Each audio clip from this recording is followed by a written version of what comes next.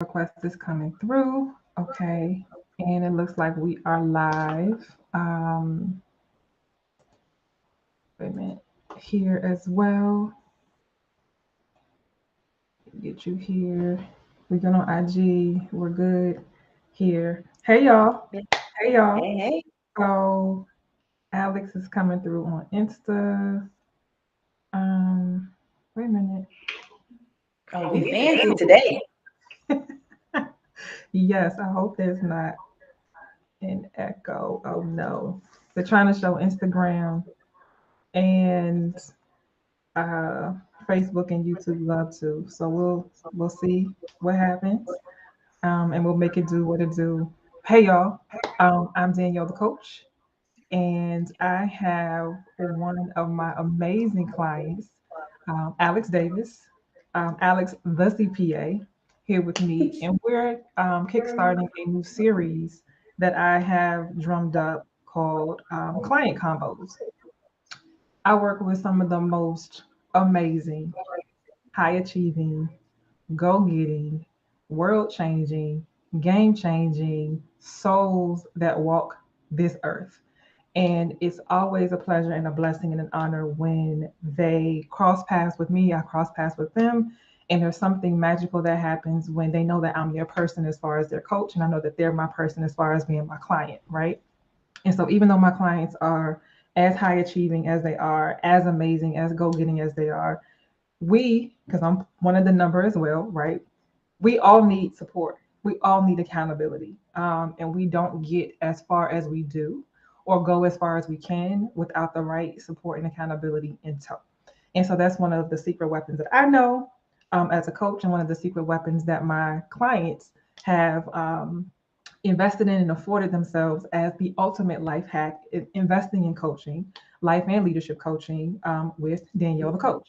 And so any clients that work with me, once their first engagement, because once a client, always a client, once their first engagement is up, I dub them DTC alum, Danielle the coach alum. And Alex is one in the number of the DTC alum that are walking this earth. And so thus here we are having a client convo. And so if you may have seen Alex's face at some point in the past, right? We've done a couple of, I think, interview type, Yep. and at least one case study. And you may have seen her wearing a different hat. It was more client based. But in this particular conversation, I'm tapping on her as the expert. Alex is a CPA and a certified financial planner. And so, in this conversation, the inaugural client conversation, we're going to be talking about money in your mid career crisis. So, if you know anything about me, I'm Danielle, the coach, certified life and leadership coach. I help mid career professionals overcome and navigate their personal mid career crisis. And for a lot of them, I help them quit their 9 to 5 without regret. And one of the things that I know, having quit 2 6-figure jobs, and landed on my feet, right? And after the second time, made a total pivot into a total different career path for myself in coaching. I know how much money plays a part in the thought process, the psyche, the fear, the apprehension, or the confidence to go ahead and do it because there's money there, right? But I know everybody's money story is different, and everybody's money story plays a role, whatever it is, in the conversations, in the mental gymnastics that you have when you're thinking about ultimately taking the leap, right? Alex here, we'll get into it a little bit, but Alex has this shared experience with me being someone who had a 6-figure career, cushy 6-figure career, but felt something on the inside just like I did, right? And felt a nag to, a call to do something more impactful that will require her to step away from the security that her 6-figure salary afforded her. And so while we were working together, Alex absolutely took the leap, like mid engagement, right? Like notice drafted and submitted and pieced out while we were working together. And so she has not only the expertise wearing her financial hats, which she is duly qualified, but she also knows what it's like because she's laced up the shoe, and ran a couple of miles in it just like me. And so what we want to do is share our experience because we know that there are so many more people just like us, right? That look just like us, right?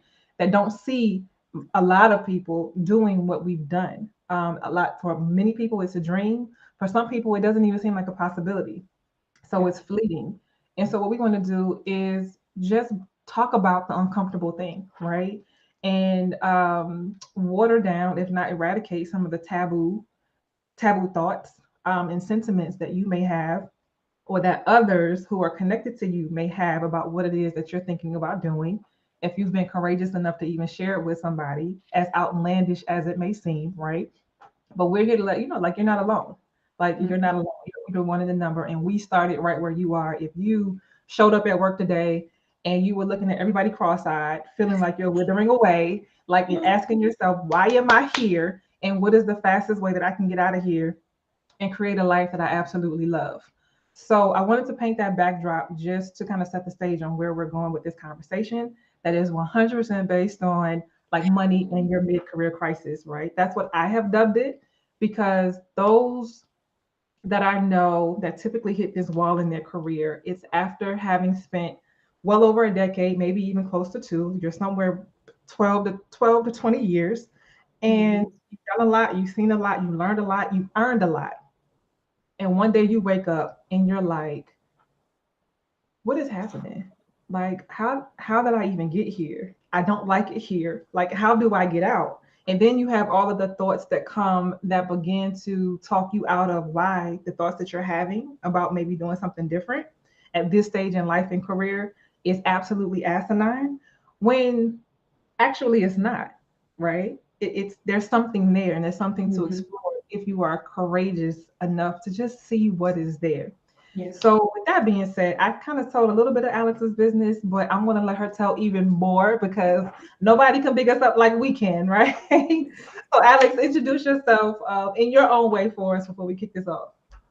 Yes. Hey, y'all. So, as Coach Danielle mentioned, I am a CPA and a certified financial planner, and I like to call myself a financial empowerment coach. And that is exactly what I do. I empower people around their finances, but specifically entrepreneurs. Entrepreneurs have just a deep place in my heart. And so I support them in building wealth through strategic financial planning and changing their relationship with money.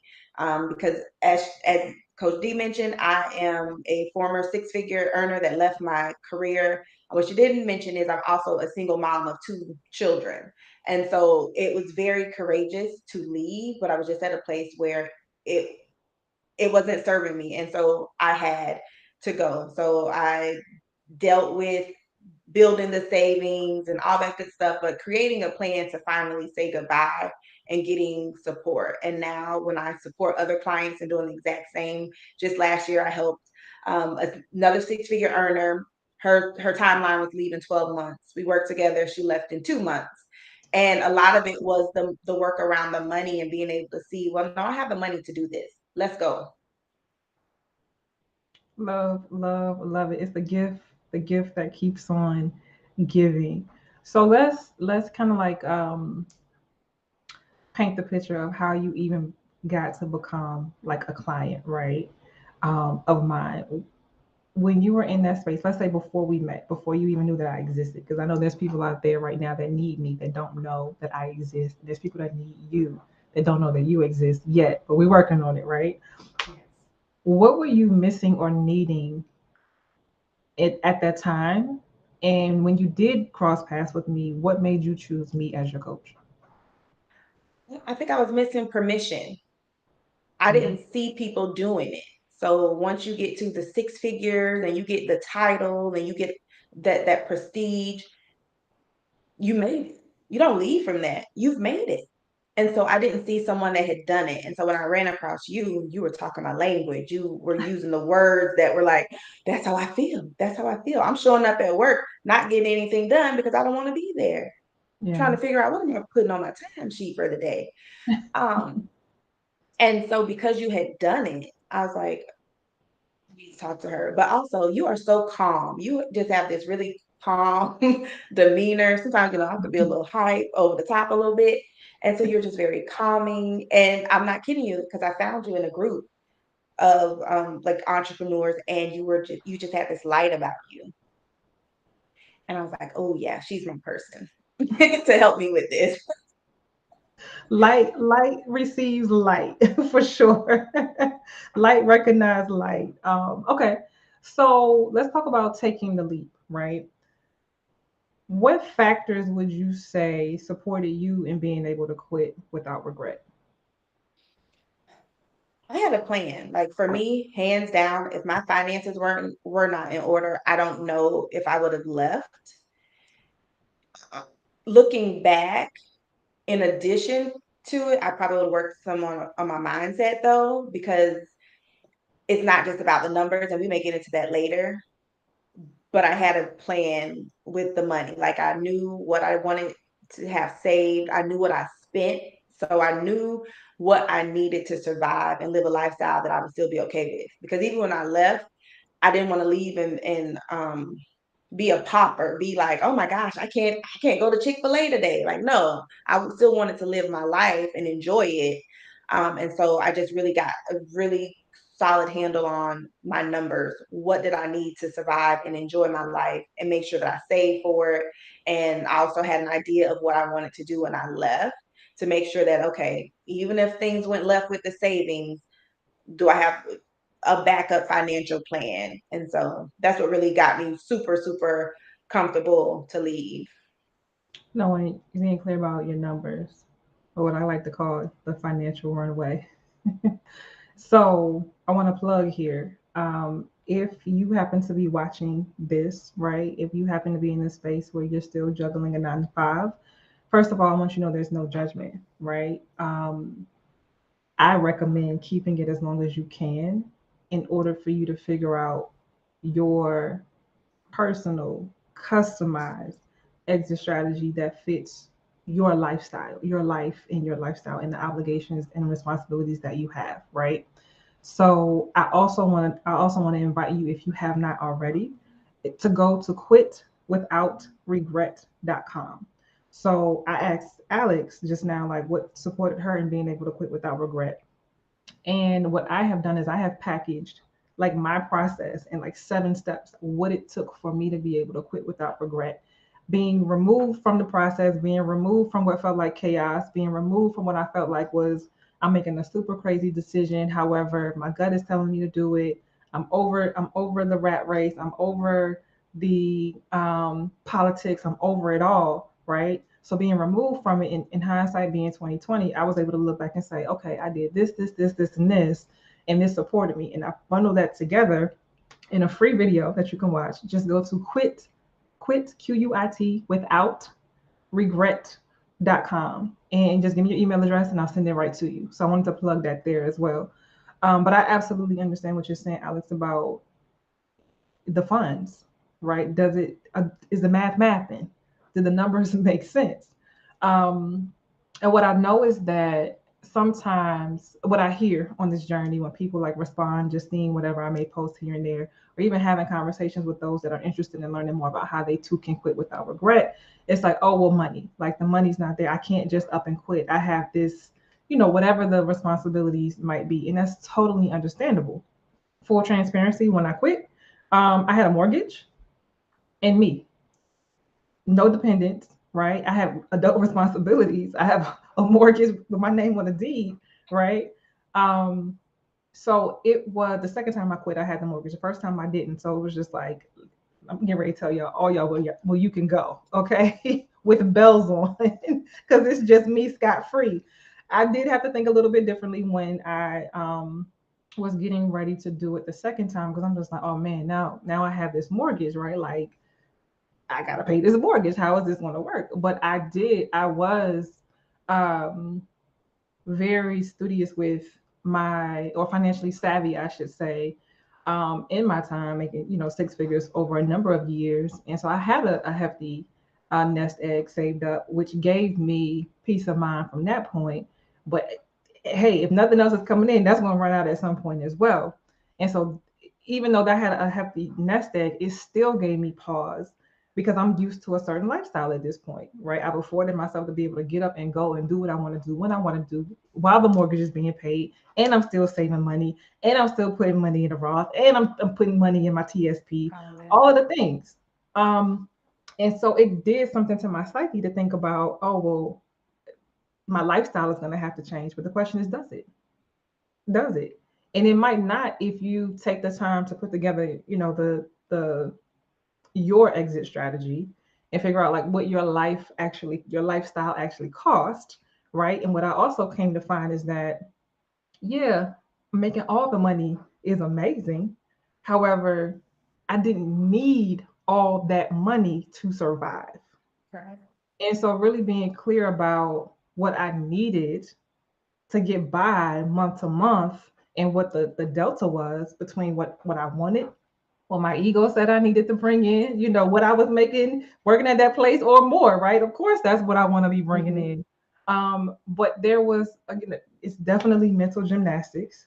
However, I know for me, it was a matter of really thinking about what matters most in the moment. And while the money mattered, so did my sanity, Yeah. so did my peace of mind. And so I had to figure it out. Um, okay, so money, money, money. And I love talking about money because I know money makes people itch, right? Oh It makes a yeah. lot of people, a lot of people itch. What's your experience like just talking about money? It can give me some anxiety. Coach D, there's an echo after me. I muted my laptop Did you? on my end, and I can hear fine. Like I don't hear the echo, except I think I can hear it bouncing off yours. You still here? Okay. Let me see. Keep talking. Let's see. Okay. Oh, it's still there. It's still A, there. li- a Okay. little bit. So we're just gonna have to get off Instagram. I think that's the problem. Yeah. So Instagram, we gave y'all a sneak peek. You can still catch us if you go over to Facebook, go to my Danielle the Coach page, and you can just watch us there. We're live there as well. So we wanted to kind of Yeah. like double dip because we know some of you live on Instagram like us too. However, it's causing some issue, and we want to make sure that we have a clean recording. So NK Luz, thank you for telling us that. Appreciate you. So head over to Facebook at Danielle the Coach, and we'll see you there. Yes. All right. Let's see. Okay. Problem solved there. Yes. Okay. So talking about money, what has been your experience just like talking about money with people? With people, it's an area that causes a lot of anxiety. I've seen there's also a lot of shame sometimes around money, and not being able to always be vulnerable. It's of an area that really requires it's a sensitive space. There's no other Mm, way to say it. It's a sensitive space, and that's because we have our own money stories from growing up. We may have our own money trauma issues. We have our own different beliefs, and the craziest part about it is sometimes it most times it's subconscious. We don't even know that it's being carried around. yeah. Transparent moment. So being someone who made, six figures and was making it early in my career, right? Stepping out, leaving all of that behind, like knowing that like, hey, if I'm making this here, there's no way I can't not make this on my own, right? I can figure it out. I always figure it out, right? And in my journey, and I like to be transparent because there's some people that take the leap and like they hit the ground running, they went big right away. Listen, that was not my experience, okay? And it was absolutely humbling for me because I'm a high achiever. I'm a problem. I majored in math for Pete's sake. Like I solve problems. I actually majored in it, right? So it's just like, well, what is going on here? And so it was a slow roll for me. And I now understand hindsight being 2020 for a number of reasons. However, what I do know is that it shined a light on my money story that I didn't even know I had. I thought, I was financially savvy. I had the savings. I was financially sound, right? Of Yeah. course, there were some things I could have done even better from like an investing and diversifying my portfolio, all of that, right?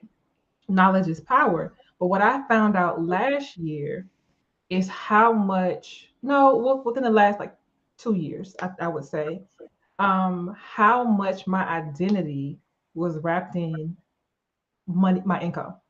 Yeah, I feel that. I mean, I definitely can relate to that. I mean, and with my situation, it was a slow roll as well. And a lot of it was because I can make the six figure income and all that, but I don't want to make it in the way in which I could easily get it. So I could easily go out there and do tax services and probably making a $250,000, but I don't want to. And Yeah, so it's very humbling as well to be entering a new space, which is something new, and having to work at it to get back to that six figure income, yeah, and then also the realization that I didn't really need that, and I'm happier. But it's a mind thing. It's such a mind thing. It's like, are all your bills paid? Yes, they are. Are you enjoying your life? Yes, they are. So why does it have to be that number? yes. That ego. Let me tell you something. 2020, what's this? 2023. 2022 was the year of the ego for me. God said, "Okay, I got something for you. let me let me show you who's boss." And baby, let me tell you, he showed me who was boss. Okay. Yeah, And I want to say, like in 2022, I know one of the biggest fears, and I believe it being fully transparent, right? Because I think that helps people really understand like what's possible, and that the worst case sometimes isn't even as bad as we catastrophize it to be when we yeah, think about it, right? So when I say I experienced in 2022 what most people would consider to be the worst that can happen when you walk away from, your cushy job or whatever your income is, right? You walk away from security, right? Kind of like seeing like the account drain, and it's just like the clients aren't coming in as fast. And it's just like, I know I got something good here. Like, what is happening? Right. And so it just exposed a whole bunch of gaps in my personal money story, and how much I found security in money as opposed to my real source, which is God. mm, yeah, And so when I tell you it was the year of the ego for me, I really learned a lot about myself and what I was made of. hmm, But I'm also in a better place where it's just like I can legit say, with all the gumption I have in my body, money doesn't move me. mm. That's And up powerful. until last year, it absolutely did. But it moved me in a different way when it seemed plentiful, right? When I had that consistent paycheck coming in every week, right? I took my DC salary and moved to Richmond. So I was sitting pretty. You know what I'm saying? Like, very intentional about it. But Yeah, what it taught me was what I had been leaning on up until then wasn't going to carry me where I'm going next. Like, I got to be rooted in something different. And the money's coming. You yeah, know what I'm saying? The faucet has opened back up, right? But it's something that I personally had to learn in order to go where I'm going next. Like, I have big aspirations for my financial future. Like, I aspire to have a seven-figure net worth. Like, and I'm talking multiple seven figures. And yes, so it's been very, very telling. And I know that I'm not alone, but I don't know that there is widespread awareness for like high achievers like us that find ourselves making great money, right? And affording ourselves a lifestyle, and how much of an identity crisis you can have if you are courageous enough to take this leap into full-time entrepreneurship, and the thing doesn't turn or churn as quickly as, we I don't know about, so I know you said you don't want to make the money as quick doing what you could be doing to make the money, right? I know we want to dive in and be like, yeah, the clients are plentiful, like it's been a smooth transition, all of the things. But for some, it just doesn't happen for a number of reasons, and you're not broken. It's right. just par for the course. And I know I ain't trying to hear it. I have I've not been trying to hear it. But now that I'm about 4.5 years in, I'm like, okay, I'm not new to it. I've been doing the work. Name is out there now, so we're good. But starting out, listen, whoever's watching, if you're just getting started, just trust the process. Just trust the process. Stick with it. But this is why it's important for you to have an exit strategy so that you can keep your head in the game as much as possible and have a little bit, as much of a safe security or safety net. But your eye is on the prize. You're no longer just showing up and on the hamster wheel with nothing else at play. You got anything to add to that, Alex? Yes, and but as your exit strategy, make sure you are doing some internal work, especially around that money mindset and your money story. Because I know when I work with my clients, that's where we first start. We don't go Mm, straight to budgeting and looking at your numbers. Like I really want to understand how do you feel about money? If you didn't yeah, have it, how would you feel? Because I understand that. Oh, okay. We're not answering the doorbell.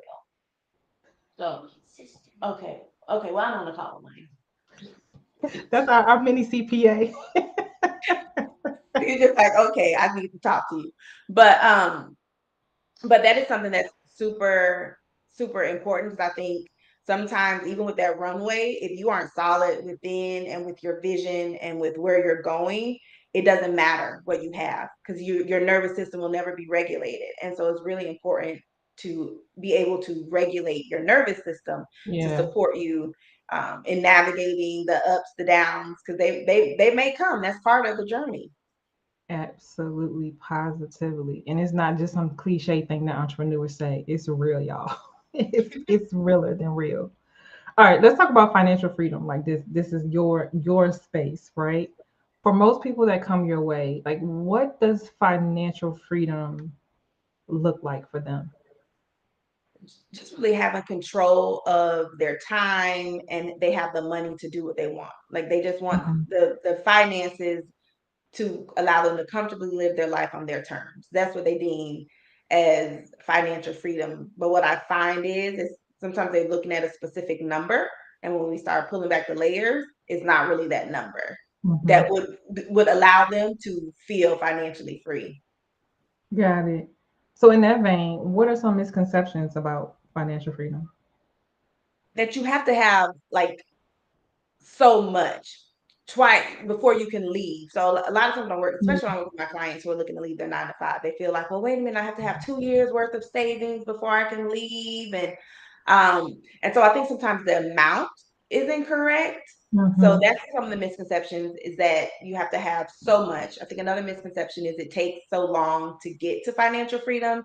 And that oftentimes isn't true when you actually start looking at your actual numbers.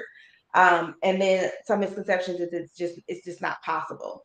But when I call this I call it exercise your freedom. It's your freedom now number and your freedom number. So sometimes when you're just ready to go, like when if you feel like you're about to walk into your office and strangle the first person that says, "Hey, how you doing?" You may want to look at your freedom now number, which is like, okay, what are your minimum bills so that way we can get out of get out of here. That's going to cover all your bases to where your shelter, your food, all that's covered. But really getting an understanding of what it is. So I just think sometimes the misconception is it's just impossible. Hey, listen, if everybody in the chat says amen, we won't know that she's talking about you, okay? Because some days it's like that. Don't even breathe. Please don't look at me. It took everything I had to show up in this place today. Listen, been there, done that, and got several t-shirts. And then got hip to the game and started using leave. Like my mental is not right. Sick leave. I'm not Yeah. coming in today. Cannot do it. Unable to can. All right. When someone is looking to embark on their own financial freedom journey, what would you say is one of the first things or the first thing that they should do? I just get real with your numbers. So if I know a lot of my clients, they tend to avoid. And so it's like they don't look at their numbers. They just spend, they just go. So the first thing is really get clear on your numbers. So if you are not looking at your bank statements and credit card statements, I'm a credit card girl. I'm going to get my points. And I encourage if you can use it wisely and safely. Mhm. But um, understand where your money is going. Get a really solid handle on your money, what's coming in, what's going out. 'Cause a lot of times that causes a lot of stress in itself, not knowing. And that's something that we can actually figure out. We can sit down and really realistically look and say, okay, how much do we spend every month? And then the step further is, how much do you really need to spend? Because I'm going to tell you right now, dining out, it takes me out every month. Like that right there, every time I'm like, now I know this is outside of my budget for eating out, but that's what happens to me. And I know that's a lot of my clients, because look, like attracts like, and it's so Let me go looking put at amen in the chat so y'all don't know that she's talking about me. um, because I'm trying to, so it's just like really seeing what do you need to spend versus what is discretionary. And even within what's discretionary, what are things that are essential? Because for me, I'm going on vacation at least once a year. I don't care what has to happen. I'm going on vacation. So knowing your numbers, and then also realizing like what's a non-negotiable in your life that you want to absolutely keep when Mhm. you leave, when you exit the situation. So that way you know what you're working towards. And, oh, and then and know your vision. What do you want? Because if you don't know where you're going, it's very tough to create a plan for it. So have a solid idea of what it is that you see and vision and desire. And whole life. Is that what you mean? Yep, in like in life. Yep, in life. Okay. Okay. So you kind of talked about it a little bit, saying that like we can. I think we both talked about it. We can have this inflated assumption of like what our comfortable number is that we gotta have, or that we want to have, or that we need to have before we can like chuck the deuces and feel like we have some real like fu money, if you will. So what is the best way to think about coming up with your number, or what's a solid financial runway to give oneself? What's the best way to think about that? You recommend like 3 to 6 months. Like I think to really feel solid, especially when you're a high earner. I just know a lot the way we think. We need a cushion. And so I'm saying 6 to 12 months of your expenses, having that saved. When I say expenses, I mean your essential expenses. That's like your mortgage, rent, light, groceries, all that, things that you need to survive every month, plus Right. some discretionary. Because there's nothing you don't want to be disgruntled as you're planning and moving. So you want to make sure that you've also allocated for things that you enjoy doing. So you like to dine out a couple times a week or something, make sure you factor that in. And then once you have that monthly number, multiply that by 6 or 12 months, and having that in a savings account, which I would recommend. If you do not have a high yield savings account, we definitely want to make sure are using a high yield savings account, using our funds. I run in a lot of clients who have their money at their main checking account, where they have their checking account earning like 0.5%. That No, don't do that. So if you're watching this, high yield savings, they're paying like 4% right now or higher. So you definitely want to make sure that you are making your money work for you, even when it's just being held as Mhm. like as your funds. But I recommend at least 6 to 12 months of your expenses. Okay. Okay. Um, you have an event coming up. Is it too late to get in on it? It is not too late. So you have about another week and a half to grab a ticket. But if you are in the Tampa Bay area in Florida, now listen, I just said Florida. Don't run from us. DeSantis, he's doing a lot in Florida, but it's still safe. I'm still here. I'm still here. Okay, I promise you. If it weren't safe, I'd leave. So it isn't in like the Tampa Bay area in Sarasota, Florida. Beautiful powder sand white beaches, clear blue water. It's going to be a vibe. It is a business brunch and learn. It's a wealth seminar for entrepreneurs. And so in this seminar, first of all, you're going to get a bougie brunch because that's just what your girl does. But it's going to be jam packed with information about really how to support you as an entrepreneur, grow and leverage your wealth in a sustainable manner.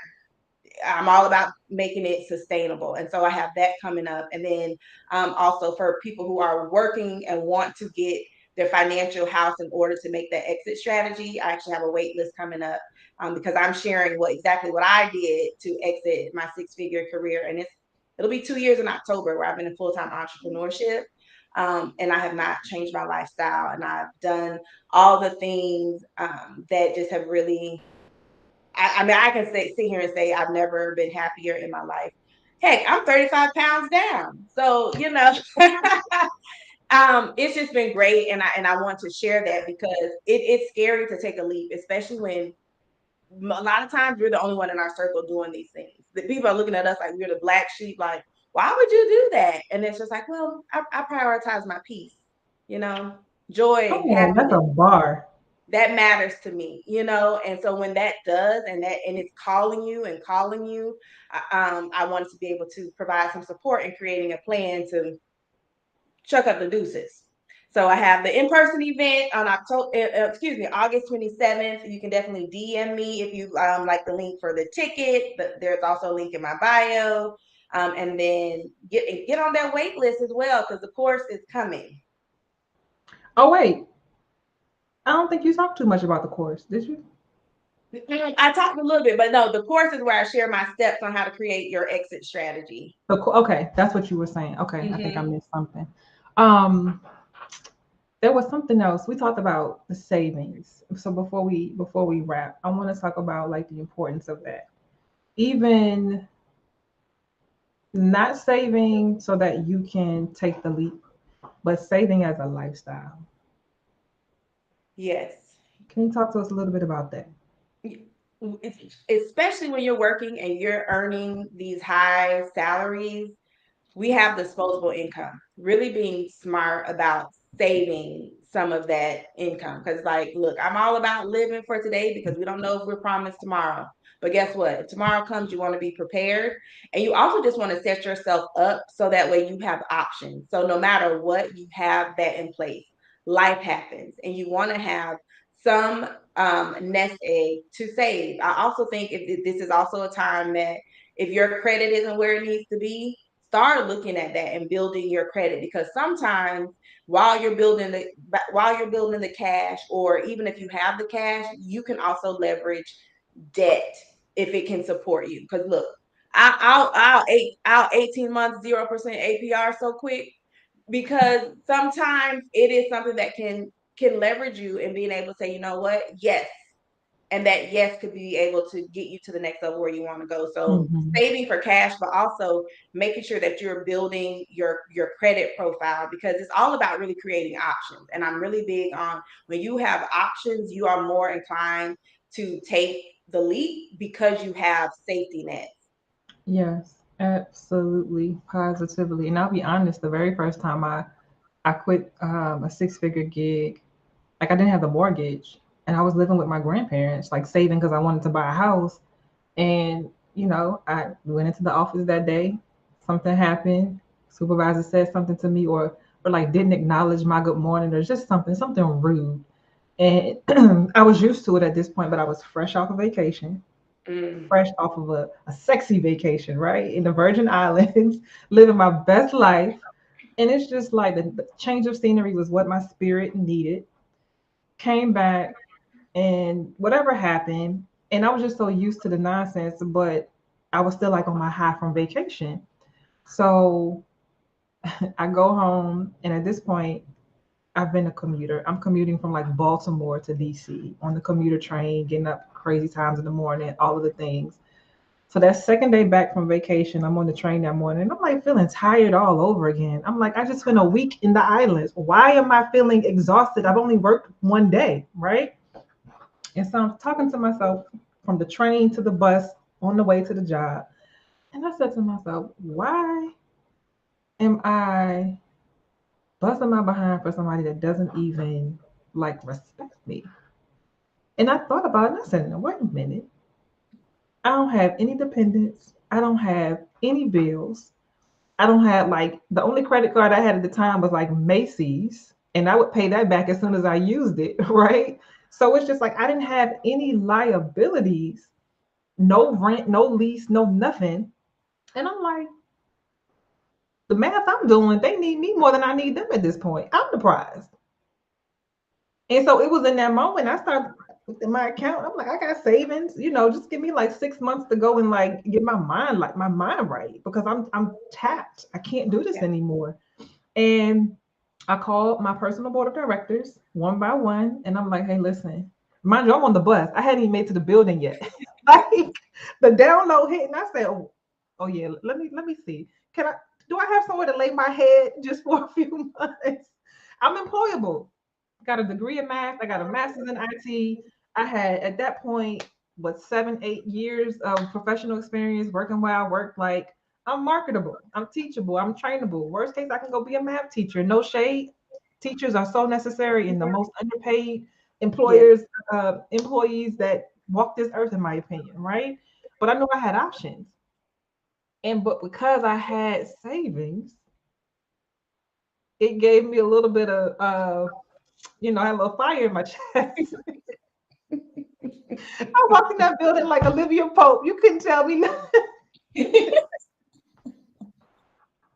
They didn't know what was coming. They had, and I held it. I got the green light from my personal board of directors. That was Tuesday. I held it until Friday, and I pranced in there and gave that notice like I owned the place. So to your point, when you have savings, like you flex a little bit differently. You You do? absolutely do, and you open yourself up to um, uh, different decisions, and also maybe like quicker decisions for sure. So I'm a savings advocate, savings proponent. If my parents didn't teach me nothing else, it was to save. And so I follow directions, I follow directions. The more I made, I save a little bit more, and it paid off.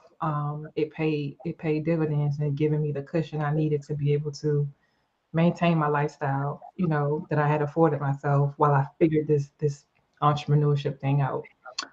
Um, you're amazing as always. Is there anything else that's come up for you around like financial freedom that you think the Saints need to know?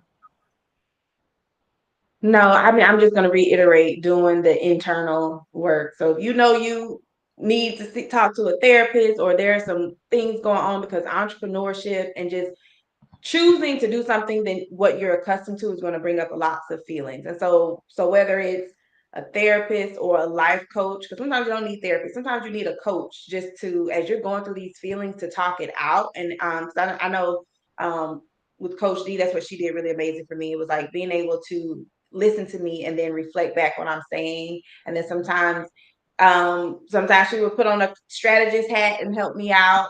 And so I just think it's super important that you're not doing this alone. That's the last takeaway. Don't try and do this alone. I think sometimes, especially when we're these high achievers, we're go getters. Yeah, I can do this myself. Yeah, you can, but it could take a lot longer, Yeah, or you go through a lot more just angst that's not necessary. Then you can have someone by your side supporting you. Because I know personally, I wanted to leave my job in 2016. I did not leave until 2021. So that was 5 years. I knew for 5 years that's not where I wanted to be. And hmm I stayed, and just thinking about the time and the aggravation and the acne flare ups from stress that I went through. It was just like, wow, with support, you know, I know that it would have been different. I know that. And so I would just encourage that. It's just making sure you're not doing this journey alone.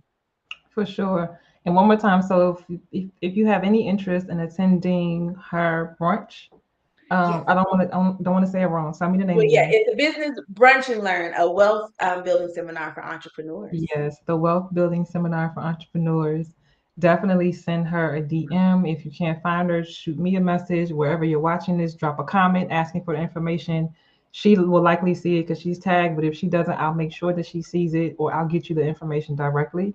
If I didn't have a personal conflict, I would be down in Florida, looking side to side, making sure. Alex said it's safe, but I don't know. The jury's out, you know. Florida is on punishment right now.